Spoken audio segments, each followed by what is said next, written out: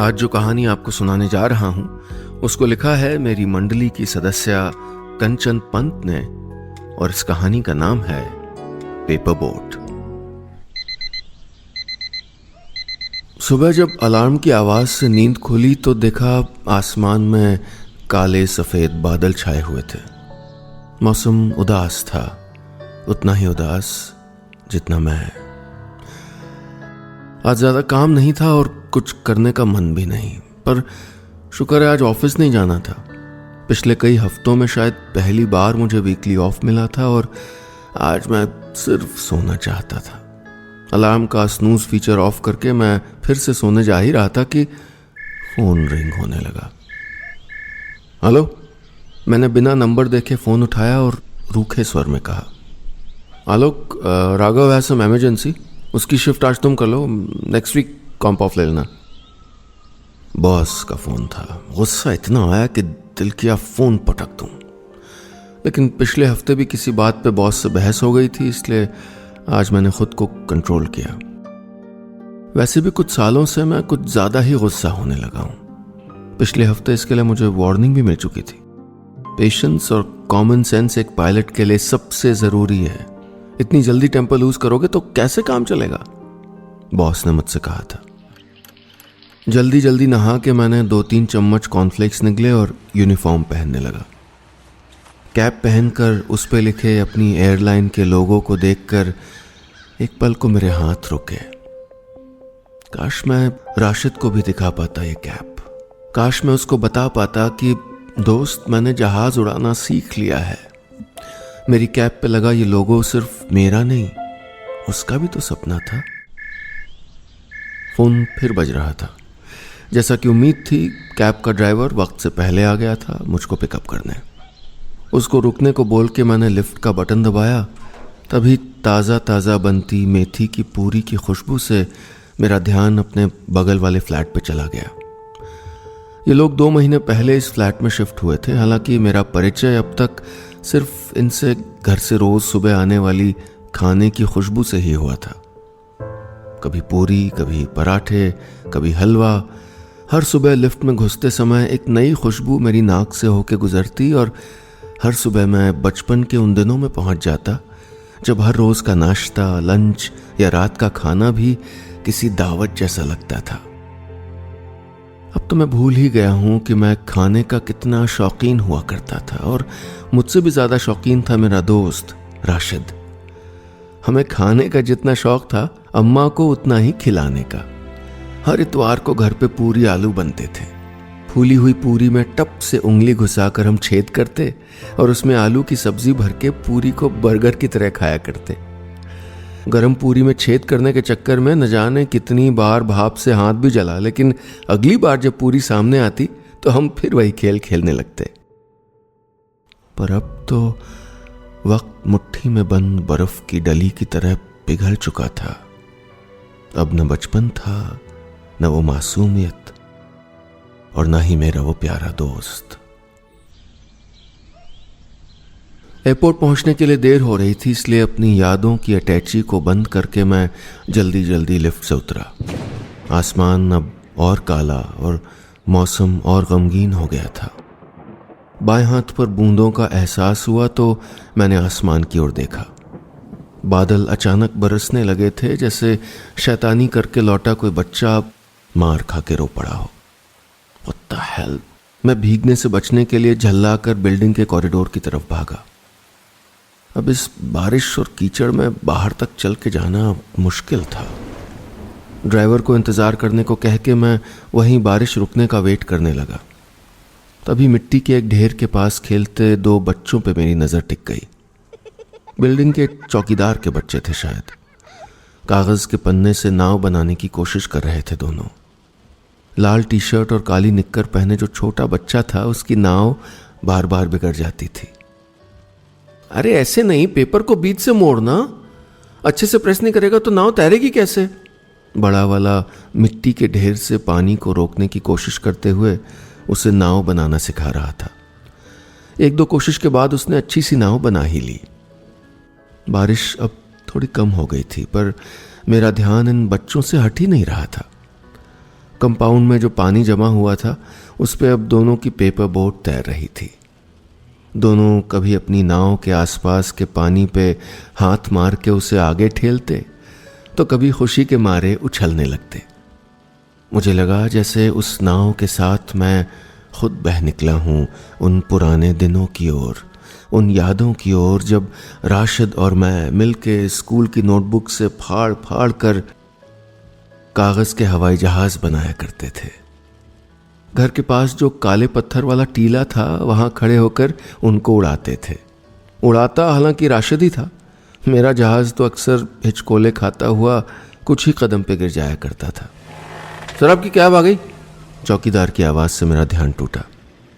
Cab वाला गाड़ी लेकर खुद ही कंपाउंड में चला आया था। मैंने अपना बैग उठाया और गाड़ी में बैठ गया। छत से होता हुआ बारिश का पानी गाड़ी के शीशे पे बूंद बूंद जमा हो रहा था। मैंने शीशे में इस तरफ हथेली फिराकर कांच के पानी को साफ करना चाहा और फिर अपनी ही बेवकूफ़ी पे मुस्कुरा दिया। लगा जैसे राशिद भी यहीं कहीं पास है, मुस्कुरा रहा हो मेरे ऊपर। काश मैं एक बार फिर बचपन के उन दिनों को जी सकता। काश कहीं से राशिद को ढूंढ सकता। काश एक बार फिर बच्चा बन सकता। राशिद से मेरी दोस्ती तब शुरू हुई जब मैं तीसरी क्लास में पढ़ता था। उस दिन शनिवार था। शनिवार को सारे बच्चों को पीटी वाली सफ़ेद यूनिफॉर्म और सफ़ेद पीटी शूज़ में स्कूल आना पड़ता था। मैं डरा हुआ था उस दिन क्योंकि मेरे पीटी शूज़ में एक दाग रह गया था और पीटी सर इतने सख्त थे कि ज़रा सा किसी के नाखून या बाल लंबे दिखे या जूतों में कहने को भी कोई दाग रह गया हो तो आधे घंटे तक मुर्गा बनवा देते थे। यूनिफॉर्म चेकिंग के लिए लाइन में खड़े होकर मैं अपने दाएं जूते को बाएं पैर के पीछे छिपाने की कोशिश कर रहा था। तभी पीछे से किसी ने मेरे कंधे पे हाथ रखा। मैंने मुड़ के देखा तो वही लड़का था जो कल क्लास में नया आया था और जिससे टीचर के कहने के बावजूद मैंने अब तक दोस्ती नहीं की थी। ये ले। उसने चौक का एक टुकड़ा मेरी ओर बढ़ाया और आंख से कुछ इशारा करके मुस्कुराया। जवाब में मैं भी मुस्कुरा दिया और जल्दी जल्दी चौक का टुकड़ा जूते पे लगे दाग पे घिसने लगा। जब तक पीटी सर चेकिंग के लिए पहुंचते मेरा जूता चौक से रंग कर चकाचक सफेद हो चुका था। उस दिन जो हम दोस्त बने तो फिर कभी एक दूसरे के बिना नहीं रह पाए। आज मेरे घर चलें, कुछ दिखाना है। एक दिन राशिद के कहने पर मैं उसके घर गया। घर नहीं, दरअसल उसके पड़ोस वाले शुक्ला अंकल के बागीचे में गया। शुक्ला अंकल के बागीचे में बहुत सारे पेड़ थे। उनमें जब फल लगते थे तो उनकी खुशबू पूरे मोहल्ले में फैल जाती थी, पर मैं कभी उनके बागीचे से फल चुराने की हिम्मत नहीं कर पाया। एक तो उनकी बड़ी बड़ी मूछें और उनका गुस्सा, मुझे पकड़े जाने से बड़ा डर लगता था। पर राशिद के उकसाने पे हम दोनों चार दीवारी की एक टूटी हुई दीवार से कूदकर उनके बागीचे में घुस गए। बागीचे में ढेर सारे फूल थे और कई फलों के पेड़ भी थे, लेकिन राशिद मुझे लेके गया जामुन के एक पेड़ के पास। जल्दी चढ़। राशिद ने मुझको उस बड़े से पेड़ पे चढ़ने को कहा। मैं हिम्मत करके ऊपर चढ़ गया। राशिद भी पीछे पीछे आ गया। वो एक अनोखी दुनिया थी मेरे लिए। राशिद ने एक चौड़ी टहनी पर कुर्सी की गद्दी लगाकर बाकायदा सीट बना रखी थी। पीछे की झाड़ियों को सामने की तरफ करके ऐसे बांध दिया था कि शुक्ला अंकल के घर की तरफ से कोई हमको देख ही न पाए। उस सीट पे मैं किसी राजा की तरह बैठा और हाथ बढ़ाकर जामुन तोड़ तोड़ कर खाने लगा। राशिद के साथ मैं अपनी जिंदगी के सबसे अच्छे दिन जी रहा था और शायद अनजाने में अपने भविष्य का एक सपना भी मेरे अंदर बुना जा रहा था।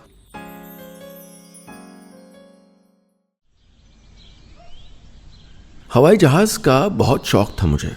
मेरे पास जो खिलौने थे उनमें से ज्यादातर हवाई जहाज थे। छोटे, बड़े, पतले, मोटे, हर तरह के हवाई जहाज। बस वो उड़ते नहीं थे। चला उड़ने वाले हवाई जहाज बनाते हैं। मेरे खिलौनों से बोर होकर एक दिन राशिद ने आइडिया दिया। बस फिर क्या था, हम अपनी सोशल स्टडीज की नोटबुक लेकर उसकी छत पे पहुंच गए। सोशल स्टडीज की मैम होमवर्क कम देती थी और नोटबुक भी कभी कभी ही चेक करती थी, इसलिए उसके पन्ने फाड़ने में पकड़े जाने का खतरा कम था। मुझको हवाई जहाज उड़ाने का शौक जरूर था, पर हवाई जहाज बनाना भी और उड़ाना सिर्फ राशिद को आता था। ऐसे नहीं अक्कू, वो जो हवाई जहाज का मुंह है ना, वो पतला होना चाहिए, तभी तो जहाज ऊपर जाएगा। मुझे वो बताता जाता और मैं पन्ने मोड़ता जाता। जब हम जहाज उड़ाते उड़ाते थक जाते तो शुक्ला अंकल के जामुन के पेड़ पे चले जाते। अब तो हमने वहां गत्ते का बना एक छोटा सा बक्सा भी रख दिया था। उसमें हमारे सबसे अच्छे हवाई जहाज, पापा के पुराने पेन, कोल्ड ड्रिंक के टिन वाले ढक्कन, स्कूल और दोस्तों से इकट्ठा किए हुए ढेर सारे रंग बिरंगे कंचे और मेले से लिया हुआ एक कैमरा रखा था। इस कैमरे के अंदर कई हीरो हीरोइनों की फोटो लगी हुई थी। कैमरे के लेंस से आंखें लगाकर जितनी बार बटन दबाओ, अंदर फोटो बदल जाती थी। एक दिन मैं राशिद से मिथुन चक्रवर्ती की पोज बनवाकर उसकी फोटो खींच ही रहा था कि मेरी नजर सामने वाली डाल पे रखे एक घोंसले पे पड़ी। चिड़िया का घोंसला! हम दोनों साथ साथ चिल्लाए। सिर्फ घोंसला ही नहीं था वहां, उस घोंसले में 2 अंडे भी थे, छोटे छोटे सफेद रंग के 2 अंडे। हमारी छोटी सी दुनिया में जैसे एक बहुत बड़ी घटना हो गई थी। कंचे इकट्ठा करना, हवाई जहाज उड़ाना, जैसे हम भूल ही गए थे। अब जब भी मौका मिलता हम पेड़ पे पहुंच जाते और मां चिड़िया को अंडे सेते हुए देखते रहते। छोटी वाली चिड़िया का नाम परी होगा और बड़ी का नाम सिंड्रेला। हमने तय तो कर लिया था, लेकिन अभी तक ये तय नहीं कर पाए थे कि कौन सी चिड़िया छोटी होगी और कौन सी बड़ी। हमें यह भी नहीं पता था कि इन अंडों से कितने दिन में बच्चे निकलेंगे, पर हमने उनके फ्यूचर के लिए सारे प्लान बना लिए थे। बड़े होके जब तू एरोप्लेन उड़ाएगा ना, तो परी और सिंड्रेला तेरे जहाज के पीछे पीछे उड़ेंगी, ऐसे। राशिद अपने हाथ से प्लेन उड़ाने का इशारा करते हुए कहता था। जितनी ऊपर जहाज उड़ता है वहां चिड़िया थोड़ी उड़ती है बुद्धू, मैंने कहा था। तो तू जहाज नीचे उड़ा लेना। राशिद ने तुरंत समस्या का समाधान भी दे दिया था।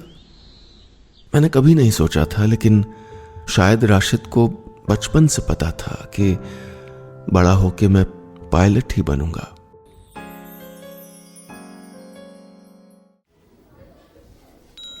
उस दिन स्कूल का आखिरी दिन था। अगले दिन से हमारी गर्मी की छुट्टियां शुरू होने वाली थीं। वैसे तो गर्मी के दिन थे, लेकिन स्कूल से लौटते समय मौसम अचानक खराब हो गया था।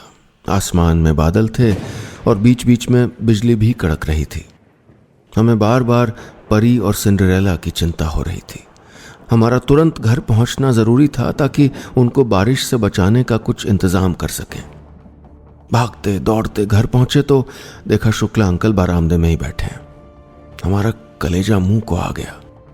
अंकल के सामने उनके बागीचे में घुस पाने का सवाल ही नहीं था और परी और सिंड्रेला को बारिश में भीगने के लिए छोड़ना मुमकिन नहीं था। एक तरफ कुआं था, दूसरी तरफ खाई, और हम दोनों ही नहीं जानते थे कि अब हमको करना क्या है।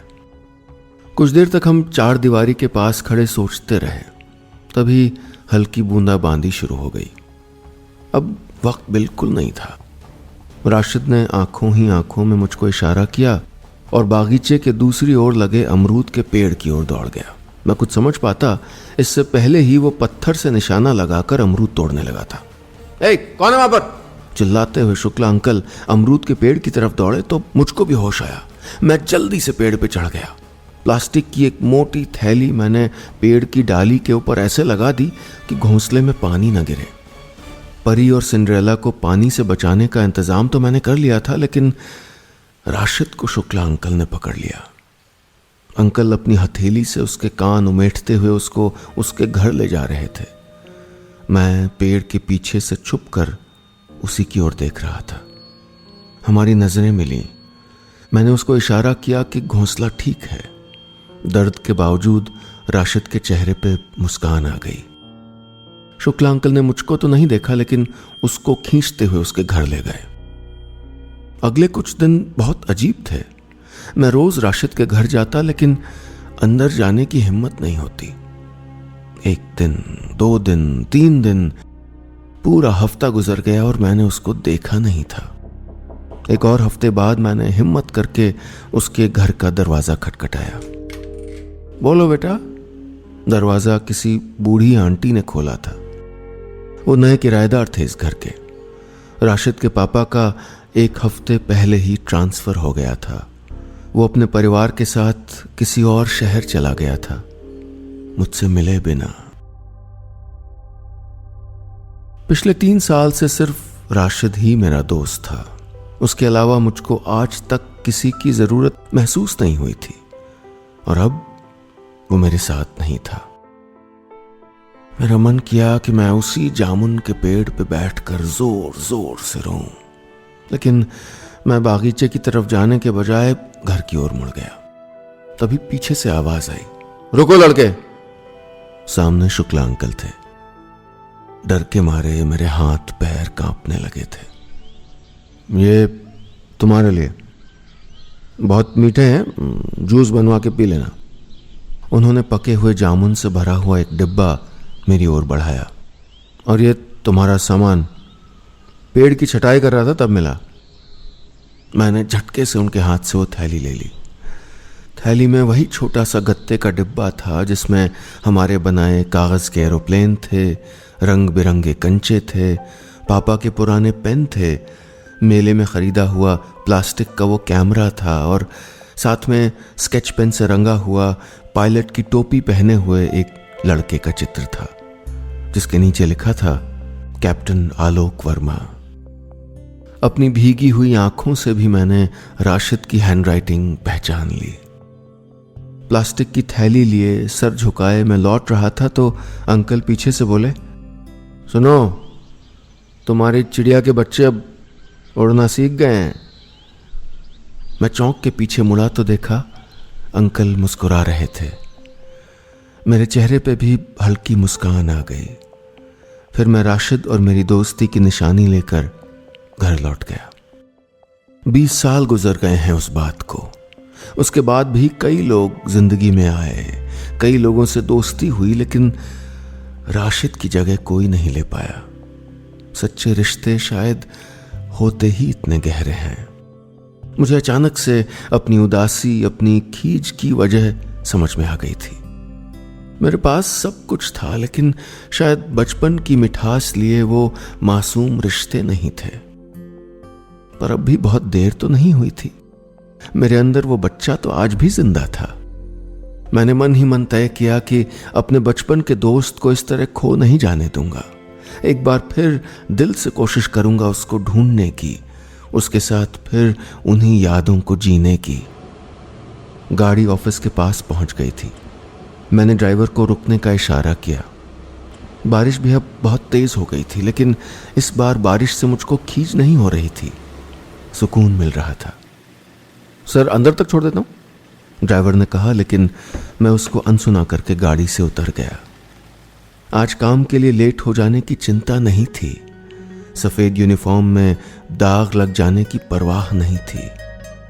मैं इस बारिश में भीग रहा था, सिर्फ शरीर से नहीं, मन से भी।